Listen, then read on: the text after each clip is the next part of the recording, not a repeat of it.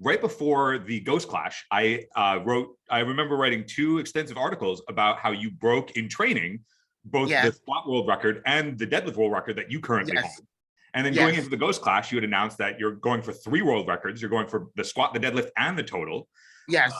So in the Ghost Clash, I have the stats up in front of me. The total of 710 kilos is by itself the 3rd heaviest total of all time.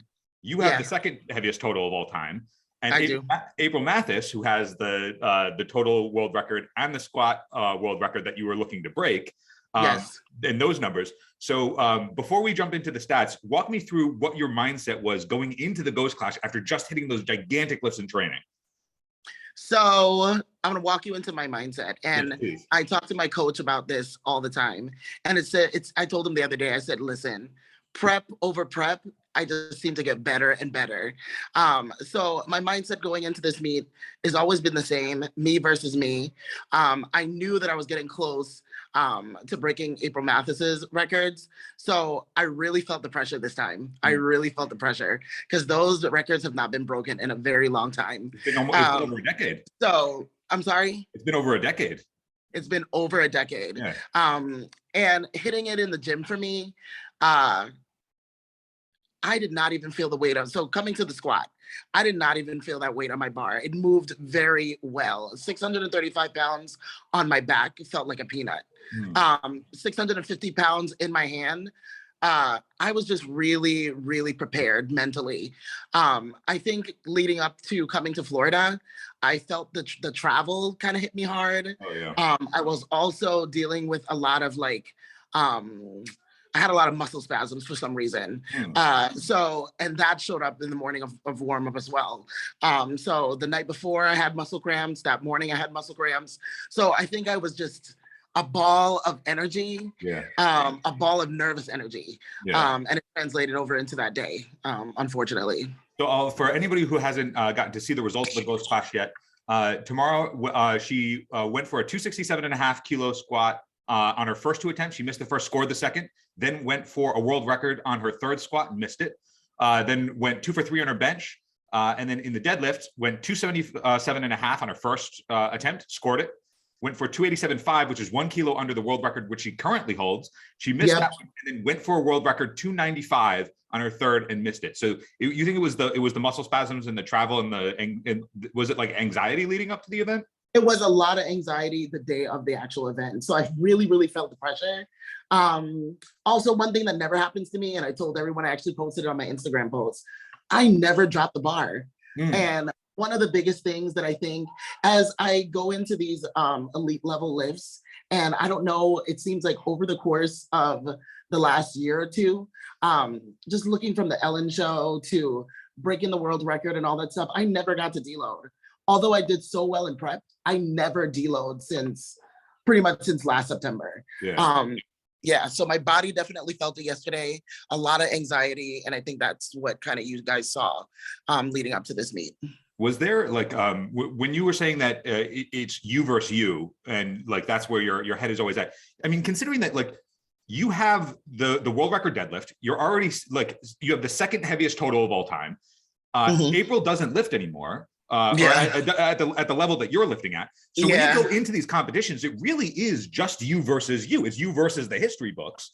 Would you say that it's challenging to compete where there's nobody else at the meet also challenging the same numbers that you are, like there are in other divisions where multiple lifters are going for the same record at the same meet, and there's that competitive drive? You're going against just the legends around you as opposed to an actual rival at the meet there. How do you approach that kind of competition, if you will? You know what? One of the biggest things that I've been saying for a very long time is, although it's me versus me, Phil, what I've been feeling that I think is a lot of the mental anxiety for me is that I am trying to propel powerlifting. I'm trying to take it somewhere else. So I'm feeling the pressure of just bringing powerlifting mainstream on Ellen. I'm trying to take it to ESPN. I am trying to take what do we have to do to get powerlifting on the platform for the world to see? Cornhole is on ESPN. Beer pong is on ESPN. why is powerlifting not on ESPN? Yeah. So lifting for the legends, I think one of the biggest things that I'm trying to do, and what I felt as well, is this is so much bigger than myself. So yesterday, I gave it my all because I wanted to propel powerlifting a little bit further into mainstream. And I think I mentally psyched myself out a little bit. So on top of just body fatigue and just the mental aspect, yeah, I'm going against legends. I'm truly trying to beat myself. And that's where I talked to my team yesterday. One of the biggest things too, I had a booth at the venue, which was great with my my gear and all that good stuff. I actually have a brand partnership with Rowdy Energy. They were there yesterday. I was caffeine deprived for 2 weeks. Finally hit some of their energy drink, and I was ready to go. But I think at the end of the day, the mental anxiety, the body fatigue, trying to beat the legend that has not been broken for decades. Yeah, it just didn't happen. But that doesn't mean I don't have it in me, because I hit it in the gym. I just wasn't ready yesterday. That is one thing to point out too, is like the body weight that you're going into competition with is the same that you are at in training. It's not like you have to make you're cutting to make a certain weight class here. So the weight that you lifted in the gym is legitimately the weight that, like, you are doing it at the same weight that you would in competition. It's just a matter of actually doing it in a sanctioned meet. So I actually dropped some weight. So last time I broke the world record, I was 300 pounds. This time I measured in at 283. So I'm a little bit lighter, not by much, but I mean, same thing. Yeah.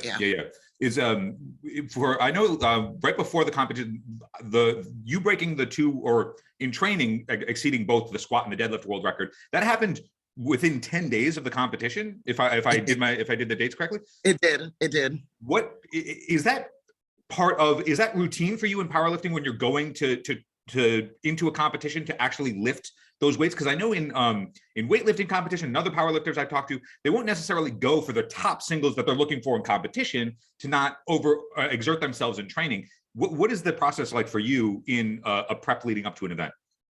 So I've always done that. So that is typical for me. So my coach usually trains for me to hit what my max would be, maybe 2 to 3 weeks out. To be completely honest, I was a little late with being a mom. I have the gym when I can hit the gym. So to hit it 10 days, I should have really hit it 20 days out versus 10 days out, if that makes sense. Yeah. So my program was a little bit behind, but that's my own fault, because hey, I couldn't get it done the week before. So I have to hit it the week after. So unfortunately, I was a little late finishing my prep, but it's just all being a mom. Yeah. Is there you made me think of this when you said that you had cut down to 283? Is there is there any type of diet that you're currently following as you've been aiming for the squat world record and the total world record, in addition to your deadlift? Yeah, I actually was on 230 grams of protein. I had about 173 grams of carbs, and then I was only like on 10% gram of fat.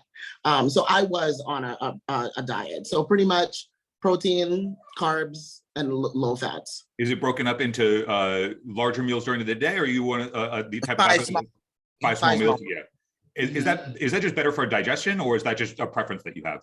It was preference for me, and it's just better for my body type. So I tend to lose weight better eating 5 small meals a day.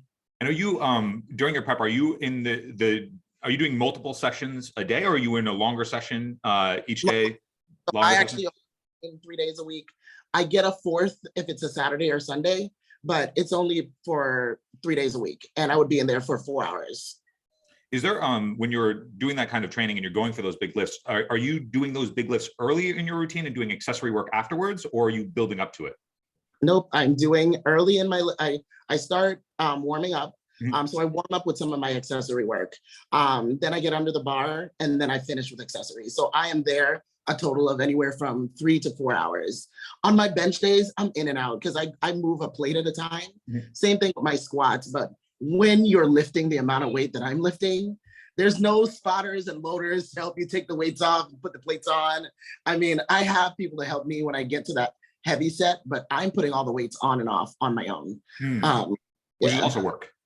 Which is also work, yes. With the amount of weight that you're moving, yeah. Yes. At the Ghost Clash, you hit a 155 bench press. And April Mathis also has the world record in that. You're not far off from like the podium of world records here. The Jessica Springer has the third heaviest at 177.5, and you hit 155.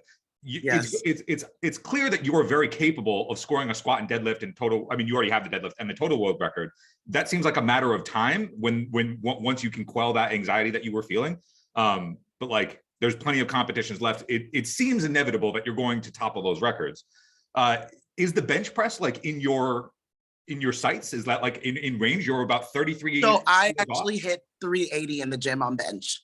So that's again, this prep have been by far the best. My coach, Daniel Fox, is amazing. If someone told me I would be benching 380 pounds 2 years ago, I would have laughed in their face because it took me forever to get to 225.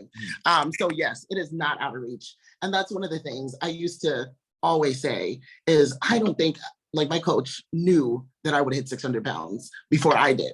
And I was like, coach, I would never deadlift 600 pounds. He's like, Tamara, never say never. So to tell you that I'm not on the heels of breaking that record as well for bench, I wouldn't be surprised if I don't hit that as well. Have you found that the deadlift has always historically been your strongest lift, and then you've brought the others two to like sort of meet up to it? Yes. So I've been always confident when it came to my deadlift. I think it's just the easiest movement for me because my body type, I'm built to pick shit up. You know what I'm saying? Yeah. I am built for it. When it comes to squats, for a long time, I used to be scared of the squat bar crushing me. I kind of got over that mentally. So now I'm just cruising along. I'm like very curious because I came to know you as somebody who was already at the pinnacle of the sport, essentially, in your weight class. Like when I first heard insane weights going up, that's when I was first introduced to you. So I would love for anybody else who's gonna get to watch this interview, I'd love to know the origin of Tamara in powerlifting. How did you first get into it? What was the inspiration to get into the sport to the point where you're like, yeah, I want to take it to ESPN? Listen, powerlifting kind of found me. Like from the beginning, I've been saying powerlifting saved my life. It truly did. Going through a divorce, having 2 kids, being out on my own, always being someone that played sport. I threw shot put in school, played volleyball, played basketball. I was always competitive. So I think when I got into a competitive sport where you can be competitive against yourself, most importantly, because at the end of the day, people forget that you're not necessarily like, yeah, I'm training to beat April Mathis one day, but it really is always you versus you because we're taking small jumps in powerlifting. So powerlifting found me because in a mental state, I was losing, but then I realized I could win by essentially, I was putting weight on my back that I once weighed years ago. So I was 415 pounds, but now I'm squatting 415 pounds. It was like that connection. Like if I can take control of this weight, then I can take control of my life. So that's kind of what got me into powerlifting. And when you first, did you notice it right away, or like that you were like, oh wow, I am not only incredible at deadlifting, but I enjoy it. It's something that is giving me, it's allowing me to take control. Something that gave me instant gratification that I was good enough. Like 1 week I couldn't bench 135 pounds. I came in the next week and I could do it. You know what I mean? So it's just applying myself. So I think it's from that perspective. Like you doubt yourself, then you realize, hey, I can do this. You doubt yourself, and then you prove to yourself that you truly can. So it was really rewarding for me. And I think from a mental standpoint, it just built my confidence up that, hey, I lost control of all these things in my life, but now I'm putting it back together by way of powerlifting because I can control what's going on. And that's spewed into my kids. It's spewed into work.